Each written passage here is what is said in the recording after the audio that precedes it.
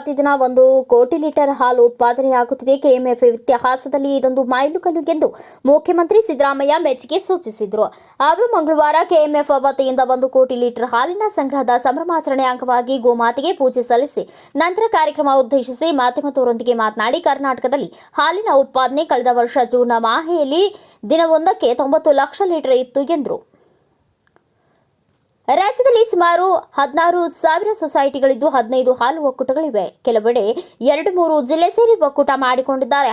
15 mother ಡೈರಿಗಳಿವೆ. 1 ಕೋಟಿ ಹಾಲು ಉತ್ಪಾದನೆಯಾಗುತ್ತಿರುವುದರಿಂದ ಅರ್ಧ ಲೀಟರ್ ಹಾಲಿನ ಪ್ಯಾಕೆಟ್ನಲ್ಲಿ 50 ಮಿಲಿಲೀಟರ್ ಹಾಲು ಹೆಚ್ಚು ಮಾಡಲಾಗಿದೆ. ಇಷ್ಟು ಹಾಲನ್ನು ಮಾರಾಟ ಮಾಡಬೇಕಿದೆ. ನಾವು ರೈತರಿಗೆ ಹಾಗೂ ಸೊಸೈಟಿಗಳಿಗೆ ಹಾಲು ಬೇಡ ಎನ್ನಲಾಗುವುದಿಲ್ಲ. ರೈತರಿಗೆ ಸಹಾಯ ಮಾಡಲು ನಂದಿನಿ ಹಾಲಿನ ಪ್ರಮಾಣವನ್ನು ಹೆಚ್ಚಿಸಲಾಗಿದೆ. ಹೆಚ್ಚುವರಿಯಾಗಿ ಪ್ರಮಾಣಕ್ಕೆ ₹2 ಹೆಚ್ಚಿಸಲಾಗಿದೆ ಎಂದರು.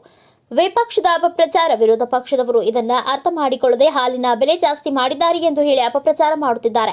ರೈತರ ಬಗ್ಗೆ ಅವರಿಗೆ ಕಾಳಜಿ ಇಲ್ಲ ಎಂದು ಅನಿಸುತ್ತದೆ. ಹಾಲು ಉತ್ಪಾದನೆ ಹೆಚ್ಚಾದರೆ ಹೆಚ್ಚು ಆದಾಯ ಬರಲಿದೆ. 1 ಕೋಟಿ ಲೀಟರ್ ಉತ್ಪಾದನೆಯಾದರೆ ಒಂದು ದಿನಕ್ಕೆ 5 ಕೋಟಿ ಪ್ರೋತ್ಸಾಹ ಧನವನ್ನು ಸರ್ಕಾರ ಕೊಡುತ್ತದೆ.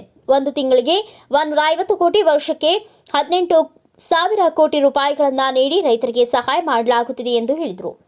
₹2 ಪ್ರೋತ್ಸಾಹ ಧನವನ್ನು ₹5 ಮಾಡಿದವನು ನಾನು. ವಿರೋಧ ಪಕ್ಷದ ನಾಯಕ ಆರ್. ಅಶೋಕ್ ಅವರಿಗೆ ಈ ಬಗ್ಗೆ ತಿಳಿಯದೆ ಮಾತನಾಡಿರುತ್ತಾರೆ. ಒಂದು ವೇಳೆ ಹಾಲಿನ ಬೆಲೆ ಹೆಚ್ಚಾದರೂ ಕೊಳ್ಳುವವರಿಗೆ ಅದು ಭಾರವಾಗುತ್ತದೆ, ರೈತರಿಗೆ ಭಾರವಾಗುವುದಿಲ್ಲ, ಸಹಾಯವಾಗುತ್ತದೆ. ಹಾಲಿನ ಬೆಲೆ ಹೆಚ್ಚು ಮಾಡಿಲ್ಲ ಎಂದು ಪುನರುಚ್ಚರಿಸಿದರು.